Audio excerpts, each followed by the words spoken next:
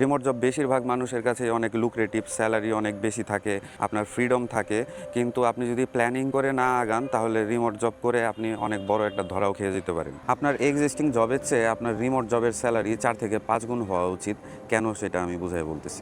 আপনি যদি আপনার এক্সিস্টিং জব ছেড়ে রিমোট জব করতে চান তাহলে আপনার একটা জিনিস বুঝতে হবে যে রিমোট জব কিন্তু এমনিতেই ইনসিকিউর, কিন্তু রিমোট জবের এই ইনসিকিউরিটির খেলাটা আপনি নিজেই বদলাইতে পারেন যদি একটু প্ল্যান করে আগান। আমি যেটা বলবো সেটা হচ্ছে যে আপনি রিমোট জব পাওয়ার পরেই আপনার লাইফস্টাইলটা আপগ্রেড করবেন না। আপনার হাতে অ্যাটলিস্ট 3 থেকে 6 মাসের সেভিংস থাকা উচিত, যেন রিমোট জব আপনার যে কোনো সময় চলে গেলেও আপনি আরেকটা জব খোঁজার জন্য সময় পান। কিন্তু যেহেতু রিমোট জব ইনসিকিউর, সেহেতু আপনার একটা জিনিস বুঝতে হবে যে আপনি কতদিনে এই টাকাটা জমাইতে পারবেন।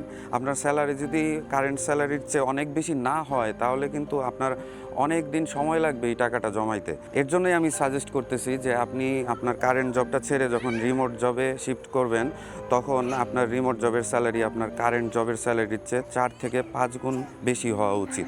তাহলে কি হবে, আপনার ওই রিমোট জবটা যদি 3 মাসও টিকে তাহলে আপনি আগামী 6 মাসের একটা সেভিংস করে ফেলতে পারবেন। আশা করি যারা রিমোট জব নিয়ে ভাবছেন বা রিমোট জব করছেন তাদের এই ভিডিওটা কাজে লাগতে পারে। লাইক, কমেন্ট, শেয়ার করে পাশে থাকবেন। ধন্যবাদ।